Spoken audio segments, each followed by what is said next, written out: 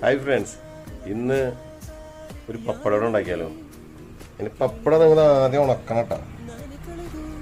പപ്പടം ഉണക്കാൻ വെക്കണം.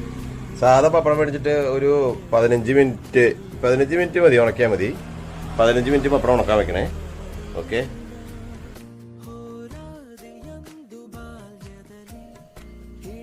അരിപ്പൊടി 1 കപ്പ്,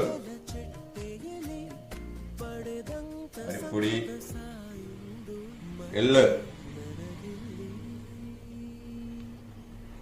ഉപ്പ് ആവശ്യത്തിന്, മുളക് പൊടി, മഞ്ഞൾപ്പൊടി, വെള്ളം.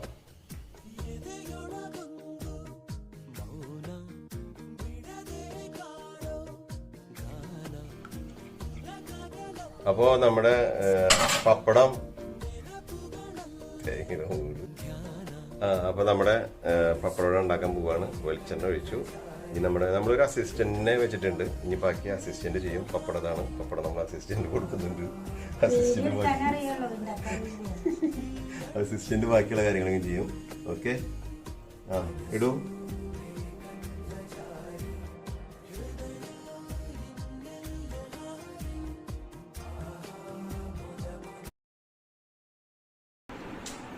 അങ്ങനെ പപ്പടം ഇവിടെ റെഡി ആയിട്ടുണ്ട്. ഓക്കെ, അപ്പോൾ നമ്മുടെ അസിസ്റ്റന്റ് ഇത് ട്രൈ ചെയ്ത് നോക്കും. ഓക്കെ,